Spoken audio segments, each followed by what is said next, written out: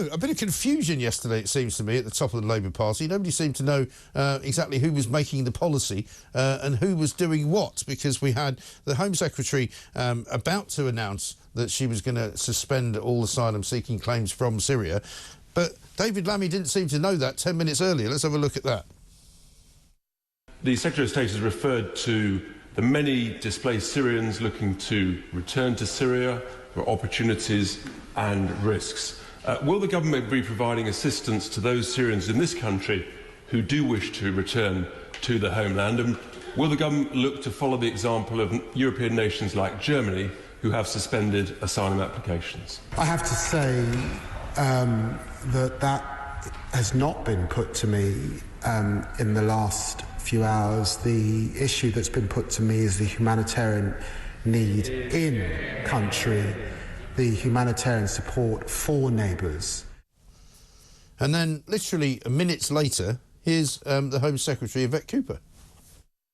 Like Germany, like France and like other countries, we have paused asylum decisions on cases from Syria while the Home Office reviews and monitors the current situation.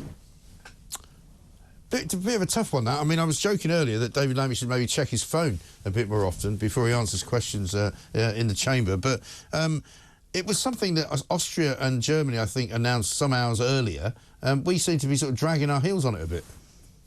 Yeah, I mean, the key thing, of course, is to ensure that the flow of information in the chamber, whether that is by phone or by the old system of notes where you pass a note down the front bench explaining the latest updates, was being maintained. And I think that's going to be important, because otherwise you have this embarrassment where Labour, which of course pledged to make their first announcements in the House of Commons, they said they were going to go along with what the Speaker said, are at sixes and sevens on policy. And given how much that sort of impression of conflicting statements was damaging for the last government, you naturally want to appear as joined up as much as possible, particularly on a fast-evolving situation like Syria. Yeah, but what does this tell you about the inner workings of the Cabinet? Because presumably all of these Cabinet ministers have got aides, although I read the other day, I think, that David Lammy doesn't have any. And I don't know whether that's true or not, or whether it's still the case. But you would think that they would at least be talking to one another in departments, wouldn't you? You'd hope so. I don't know what time this decision was made, but I think clearly that should have been communicated as much as possible. I felt a little bit sorry in some sense for David Lammy. I mean, not for the first time maybe, but... You're going a bit soft there, James, I think. You sure you were feeling OK this morning?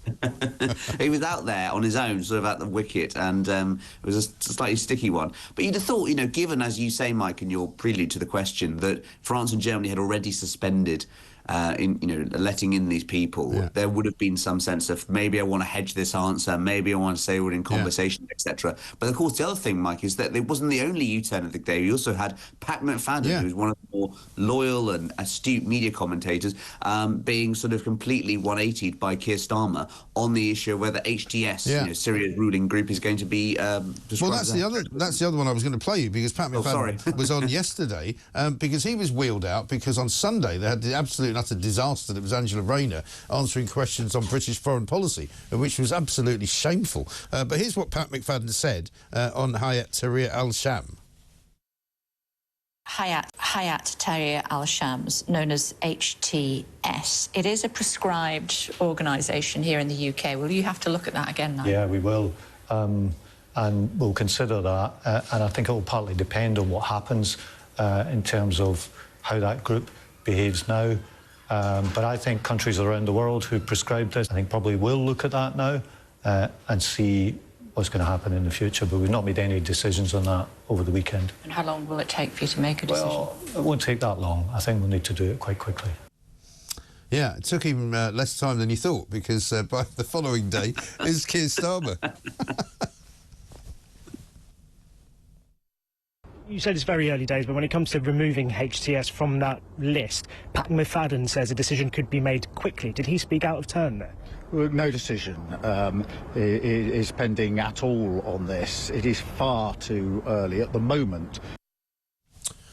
Yes, so he's not really into considering having conversations with HTS. I wonder if he was had a sort of a bit of help there on in the Gulf, because, you know, I think you'll find that when you go to places like the UAE and Saudi Arabia, they're not that keen on terrorist groups. They're not that keen on jihadis either.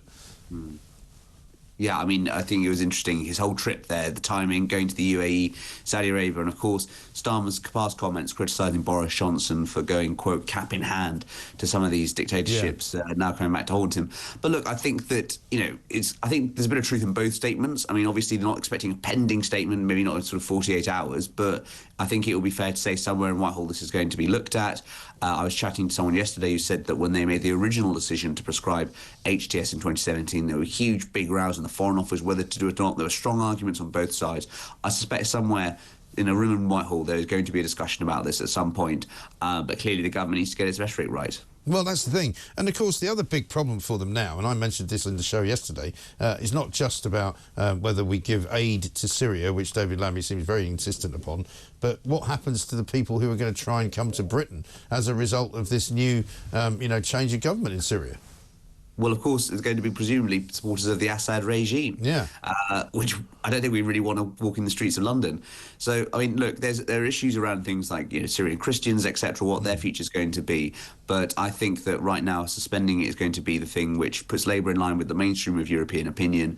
And I think that it's going to be one that most people would welcome on, given, of course, we've seen so many thousands of different people come here without much application process for their asylum claims. Well, exactly right. And I mean, we saw it after Rwanda, didn't we, where sometimes, and I think the case I remember is a guy who was discovered running the Lambeth Council Library, who turned out to be one of the biggest war criminals that had ever walked the earth in Rwanda, but somehow he managed to get into the country, and he was just sitting there, lending books to people. It was quite weird because, I mean, obviously they've discovered all manner of ghastly prisons and sort of torture chambers and all of that, and you just imagine some of these characters making their way across Europe and going, oh yeah, don't worry, we'll get you to London, there's a nice place in Cadogan Square for you, which we've had for a while, because there's a lot of property here as well that was owned by the Assad family, it seems.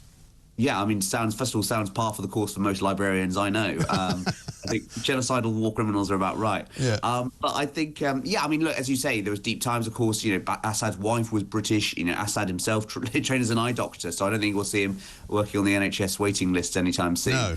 But that was back in the 90s. So, yeah, I mean, these are sort of long-standing ties between the regime and the UK. But they need to be investigated and need to look into all the assets they have here and try and keep a sort of some kind of ersatz democracy going right now when they make that transition in the future. Yeah, exactly right. But, of course, we've got on the front page of the Daily Mail today Sir Alex Younger, former MI6 boss, saying basically there's an awful lot of ISIS prisoners as well who might be sort of mistakenly released or possibly not mistakenly released in various jails around northern parts of Syria. Yes, I think there were 40,000 prisoners is the figure I've seen who have now all been released.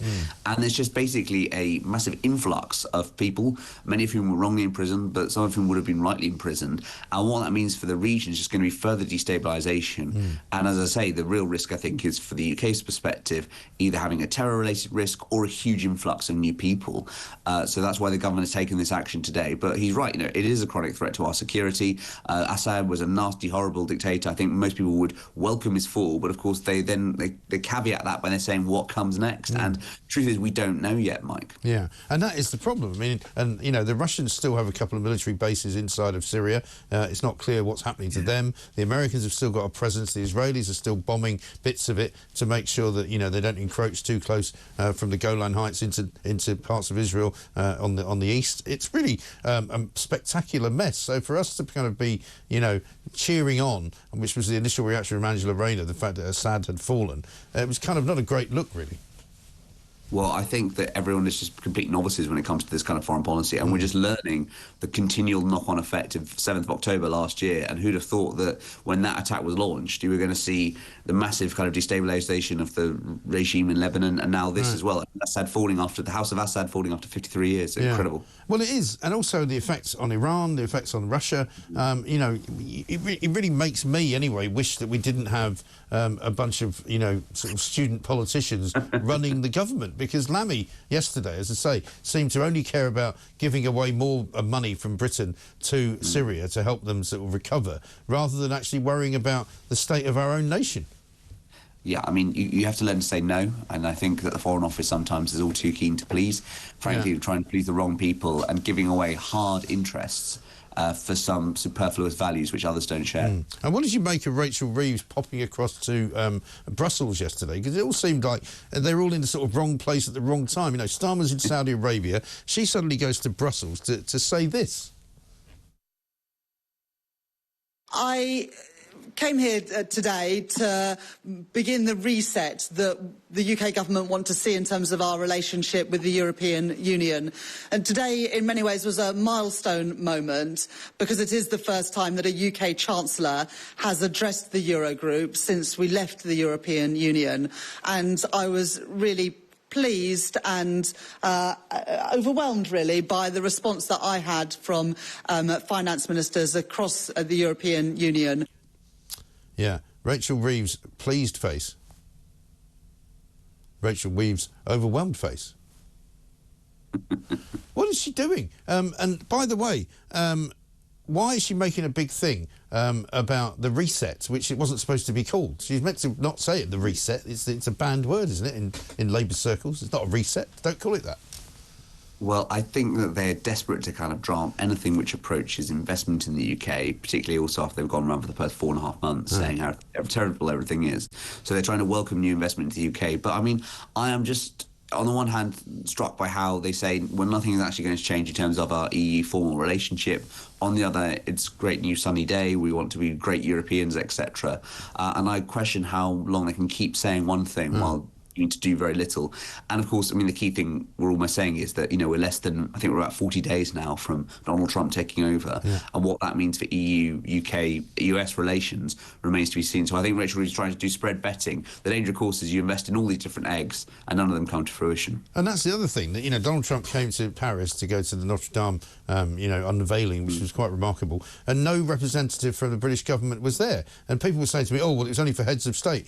Well, hang on, you know, Prince William's not the head of state, and neither is Donald Trump. So it wasn't obviously just for the heads of state. He should have been, Starmer should have been there. And why is David Lammy, by the way, the Foreign Secretary, not accompanying him on the trip in the Middle East?